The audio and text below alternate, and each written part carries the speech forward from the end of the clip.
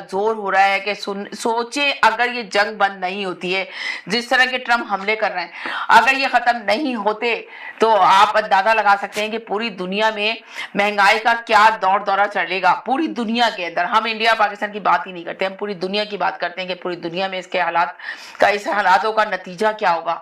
इसमें हम गुफ्तगू करेंगे, मगर लफ्जों का चुनाव अच्छे से अदा कीजिएगा, ऐसे लफ्ज बोलिएगा जिससे किसी की दिलादारी ना, उसका खास ख्याल रखिएगा, अपने टॉपिक पे रहिएगा, अपनी बात पे रहिएगा, कॉलर की बात पे बिल्कुल भी मत जाइएगा। कोशिश कीजिएगा कि आप अपना तजिया दें। ईरान और पाकिस्तान की जंग, ईरान और अमेरिका की जंग के बारे में आप जरूर अपनी बात आगे अपनी राय दें कि आखिरकार ईरान ने, लोग कह रहे हैं कि ईरान की इसमें सबसे बड़ी गलती है जो अमन माहिदा नहीं हुआ। तो आपको क्या लगता है कि ईरान की मिस्टेक की वजह से ट्रम्प साहब जो है ना दोबारा से ईरान पे हमला कर रहे हैं, और क्या है ना कोई और वजह है? मेरे साथ जैदी भाई ने मुझे ज्वाइन कर लिया। हेलो जी, अस्सलाम वालेकुम जैदी भाई। जी, जैदी भाई ने हमें ज्वाइन कर लिया, उनको वेलकम करते हैं अपने शो के अंदर। और एक तरफ ये कि आईएमएफ से कर्जा लेने की जो शराइतें लगाई जा रही हैं, तो अभी आपको देख लें कि अभी जंग जो है रुकी नहीं है, जंग के आपके सामने है असरात जो क्या कहते हैं काले बादल की तरह हमारे सरों पे सवार हैं, और कुछ समझ में नहीं आ रहा कि क्या होने वाला है। और अभी आपने देख लिया मुल्कों का क्या हाल हो रहा है, हमारी अपनी कंट्री का देख लेंगे। लोग कहते हैं कि आखिरकार ये जो महंगाई है कि पूरी दुनिया के अंदर जो महंगाई का दौर दौरा चल रहा है, आखिरकार ये महंगाई कहाँ जाके रुकेगी, किस तरह महंगाई के ऊपर कंट्रोल किया जाएगा। अब कहा जा रहा है कि आईएमएफ से कर्जा लेना बहुत जरूरी है, अगर कर्जा नहीं लिया गया तो मुल्क चलाना बहुत मुश्किल हो जाएगा। तो अब कर्जा लिया जाएगा, तो उसके साथ साथ ये भी कहा जा रहा है कि अगर कर्जा लिया गया तो उसके बाद जो है ना ये जो महंगाई का बोझ है वो अवाम को बर्दाश्त करना पड़ेगा।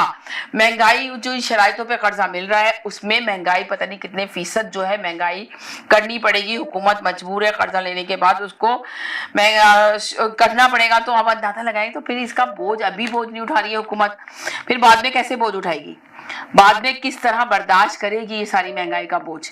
सवाल ये पैदा होता है कि आप बताएं कि किस तरह जो है इसको कंट्रोल किया जाएगा। हम इस पे गुफ्तगू करेंगे, मगर फिर कहते हैं लफ्जों का चुनाव बहुत अच्छे से अदा कीजिएगा, ऐसे लफ्ज बोलिएगा जिससे दिलदारी ना हो। लोग तो ज्यादातर सर्वे कर रहे हैं तो उसमें ये बता रहे हैं कि रोटी इतने की मिल रही थी, आज रोटी 70 रुपए की, एक रोटी 70 रुपए की मिल रही है, 200 रुपए की दाल मिल रही है पाकिस्तान के अंदर। ये तो मैं आपको छोटी छोटी मिसालें दे रही हूँ, जो छोटे छोटे रेस्टोरेंट है उनकी मिसालें जहाँ पे सर्वे कराया गया तो उन्होंने ये प्राइस बताए। $250 की दाल है, 250 रुपए की दाल है, 250 रुपए की सब्जी है। तो आप अंदाजा लगा लें कि इस तरह की महंगाई हो चुकी है। और मस्जिद कह रहे हैं कि जब आईएमएफ से कर्जा लिया जाएगा तो मस्जिद महंगाई का बोझ डाला जाएगा कि उन शराइतों पे कर्जा मिल रहा है तो इसको बोझ को बर्दाश्त करना पड़ेगा। ये सारी सूरत हाल है, इस पर हम गुफ्तगू करेंगे, मगर फिर कहते हैं लफ्जों का चुनाव बहुत अच्छे से अदा कीजिएगा, ऐसे लफ्ज बोलिएगा जिससे किसी की दिलदारी ना, उसका खास ख्याल रखिए, अपने टॉपिक पे रहेगा। जी क्या कहते हैं जैदी भाई, आपकी क्या राय है? अस्सलाम वालेकुम। हाँ जी, आपके देखने और सुनने वालों को सलाम जी।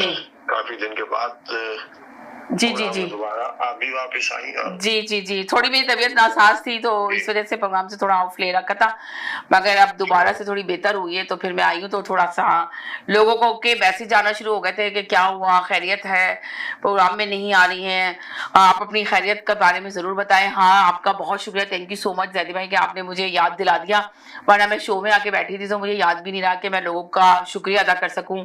जिन लोगों ने मुझे मैसेजेस किए, जिन लोगों ने वॉइस मैसेज किए, कुछ लोगों ने तो बहुत अच्छे मैसेजेस किए और कहा कि हमें आपकी बहुत फिक्र है, सिर्फ आप इतना कह के बता दें कि आप खैरियत से हैं। और कुछ लोगों ने कहा मैं बहुत दुआएं तुम्हारे लिए कर रही हूँ, कहाँ गायब हो गई हो, नजर नहीं आ रही, आज भी शो में नहीं थी, कल भी शो में नहीं थी।